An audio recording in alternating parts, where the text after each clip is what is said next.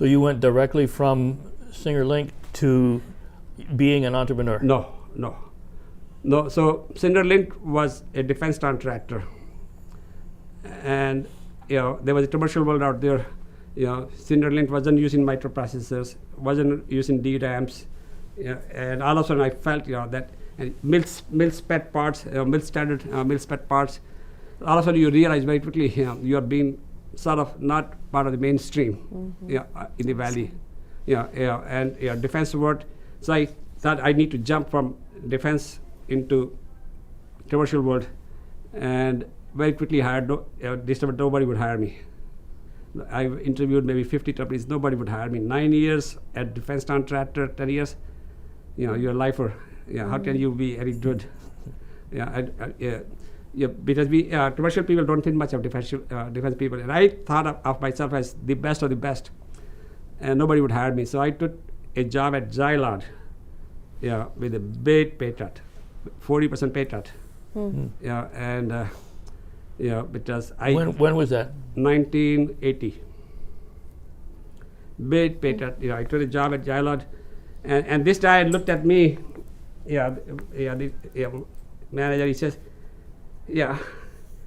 why should I take risk with you? You have been at Link for 9 years. Sort of living. I mean, he was pretty insulting, but I set it up and I took the job. Within 6 months, I was at the top of the world. Their computers didn't work, their systems were chaotic. They had this mini computer and a network, just didn't work, just wasn't reliable. Computers will crash. Every machine they produced had a different characteristic. So I came in as a hardware manager, and within 6 months I cleaned up the attitude. Machines became reliable, network became reliable, and all of a sudden, again this company is starting to absolutely depend upon me, being driven. And you were working on systems level stuff for the back room, or were you working on products they were selling? The products they were selling, which were unreliable, and customers were very unhappy. I came in as a head of the hardware engineering. They had this thing called ZNet. They had this machine called MCZ machine, which was a Z80 based CPM machine, and they had this. It was full system level stuff, but it was very unreliable. Systems were flaky, and software will run on this machine and will not run on that machine. And I discovered very quickly that they had timing problems on the bottom, which I fixed the whole thing within 6 months. The whole thing was in a different, and that's when I said I'm ready for the world. Mm-hmm. So I was there at Xylard 6-7 months, and maybe a year, and another 6 months after that one to think through my plan. And for whom did you work there? Who did you work for there? There was this guy by the name of Doug Schwartz, who was the computer system group in charge. If you remember, Xylard was owned by Exxon. At that time, yeah. At that time. And Exxon was going to take on IBM, and they were buying companies left and right. And there was this guy by the name of Manny Fernandez. Mm-hmm. He was the president of Xylard. Nobody ever saw him. Nobody ever knew what he does. Because he was out there, and so the guy who ran the systems division, who hired me, that's what he left right after I met things worked. He left to do his own startup, and the software guy working with me and all that. This group left Judy Astron, mm-hmm. and Eric Benamu, and Bill. What was Bill's last name? They left to start a company called Bridge Network, right? So I was hired to replace Judy, who was the hardware engineering manager before me. So they left to start the Bridge, and they left this mess behind that I cleaned up. And then after I got done there, I said, networking is something which is happening. IBM PC was announced in 71, and then Ethernet SPET was announced in 71. And so so there was this thing in the air that world is about to change. You know, the personal computers, networking will happen, servers will happen. And when the IBM Digital and Xerox announced Ethernet, they also announced that chips will be available in 3 to 4 years.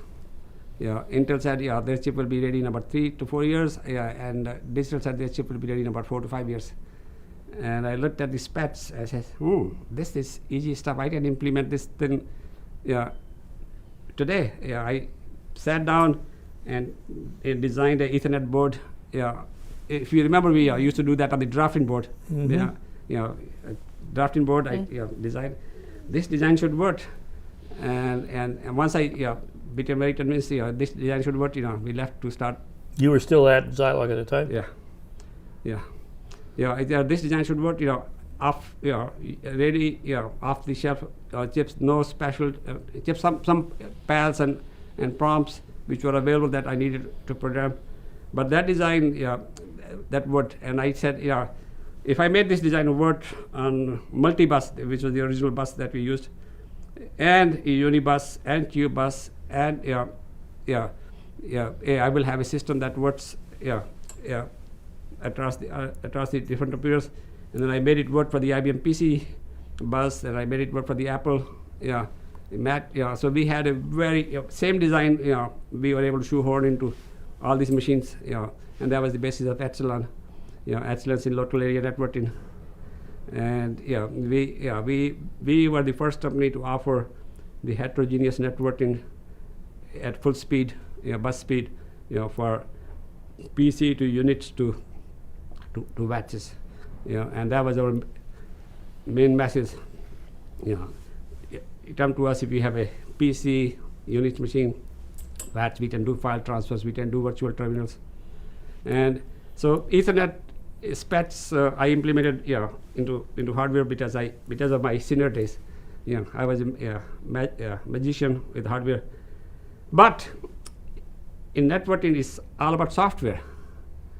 And Digital had their DepNet, they announced, and Xerox announced their XNS, Xerox Network Systems, and Intel adopted OSI, ISO protocols, and none of them was really out there in real world functioning well.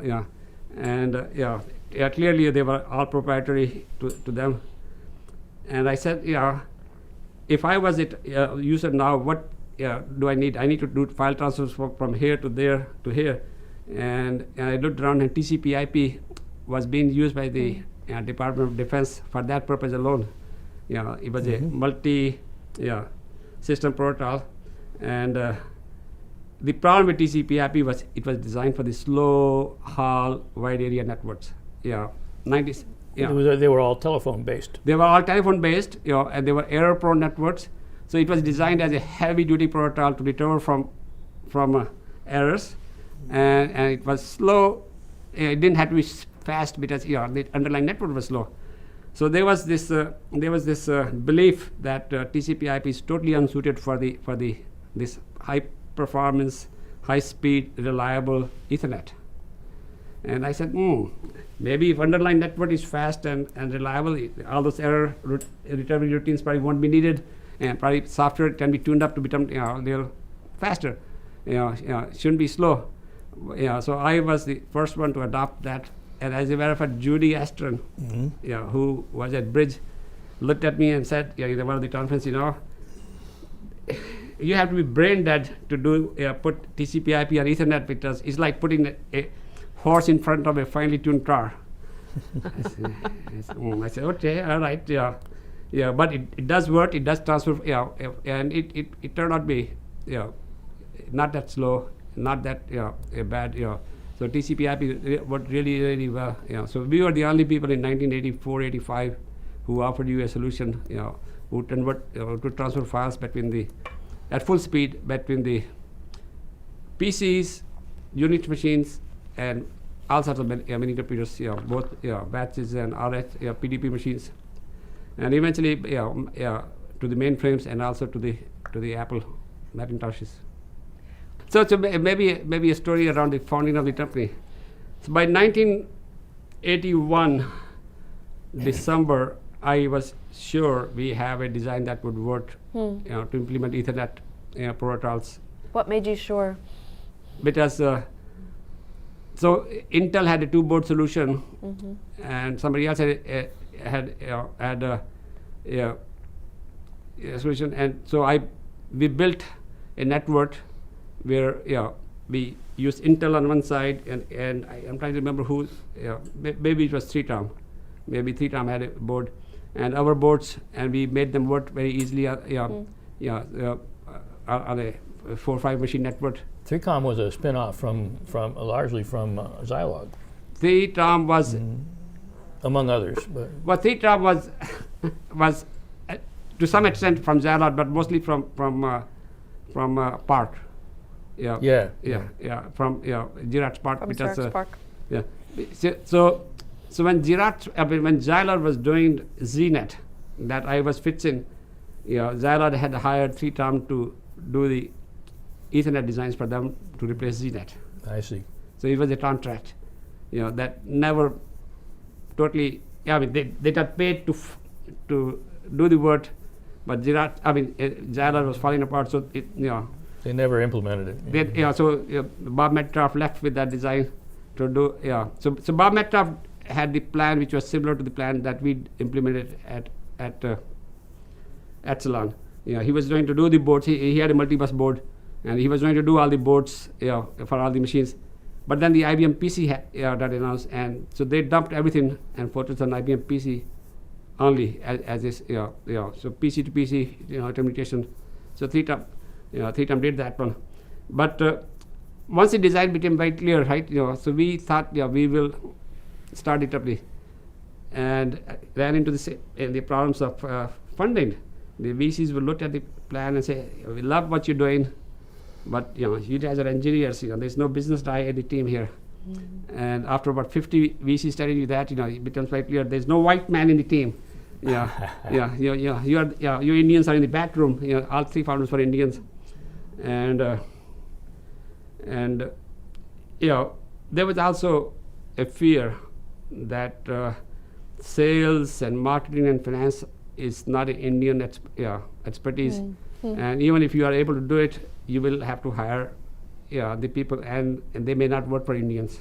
The tradition of Indian bosses was not quite there yet, right? So John Bosch at Bay Partners looked at me and said, I love the plan you guys have. Why don't you go hire some business people to help you implement? I said, sir, if we want to do it ourselves, that's the dream. And he says, well, Indians have not been entrepreneurs. And then he says loudly, why not? Why haven't they been entrepreneurs? And he says, maybe it's time to try one. John Bosch says, maybe it's time to try one. And then he looked at us and says, tell you what, I'll make you an offer, and you have 15 minutes to decide. He said this, or you did? He said that. I'll make you an offer, and you have 15 minutes to decide. Just like a Shark Tank, huh? But his offer was $2 million for half the company. And I thought that was a very fair offer. A very fair offer, sir. No problem, we'll take it. We'll take it, and within 50, we didn't need 15 minutes. We didn't need 15 seconds. And so his $2 million offer for 50% company. That was pretty standard offer in the valley by the way at the time. The offer used to be $2.5 million for 50% of the company, and then 20% pool is set up. So 40-20 was a model. 40% owned by the investors, 40% owned by the founders, 20% for the employees, and that's the model that we have. And so John Bosch, by the way, did very, very well. At the end, he made over 100 times his money, and he used to brag that he discovered Indians in the valley. So by the time we got funded, so there was this company called Vast Computer Company, or Victory Computer System. So this guy, I'm trying to remember his name. He was the head of sales at Altos Computers, and he made $20, $30, $40 million. So he left Altos, and he wanted to do one of the Unix hot boxes. He wanted to build a Unix machine, and he hired Dutch Schwartz, my old boss, to design the Unix machine. And Dutch Schwartz called me up and says, hey, we need an Ethernet board for our machine. Can you do Ethernet board for us, our machine? And I had this design that I had done, modular design that I thought insert in any machine. I said, so he gave us a $100,000 contract, and we said we can do that in 3 months. And he said, if you can do it in 3 months, I'll give you 150. But I need in, definitely need in 6 months. So we got $150,000 from him. So they had this machine. And by the way, by the end of 82, 83, there were about 35, 40 companies doing the Unix hot boxes, including Intel. Multibus, Citiate, or 286 from Intel, or there was National Processor, if I remember right, and Sun was there, Apollo was there. There were about 35, 40 companies, and we had about 30 of them as our OEMs. We had everybody, except. How did you get that? What did you do for sales to get into those companies? OEM sales, we had an OEM sales guy. And there were very few people offering what we were offering, and most of these people weren't serious. They did chatbots. I have Ethernet. And so we were a cheap way to chat bots. But for what happened to us, the Sun and Apollo emerged as winners, and we didn't have those two guys as our customers. The other 33 ones we had, they weren't giving much revenue. So NCR was a customer, Mastrom was a customer. So we're doing $5 million in revenue, and I'm saying, why? We have almost all the potential customers, and there's not much revenue. And so we were in big trouble.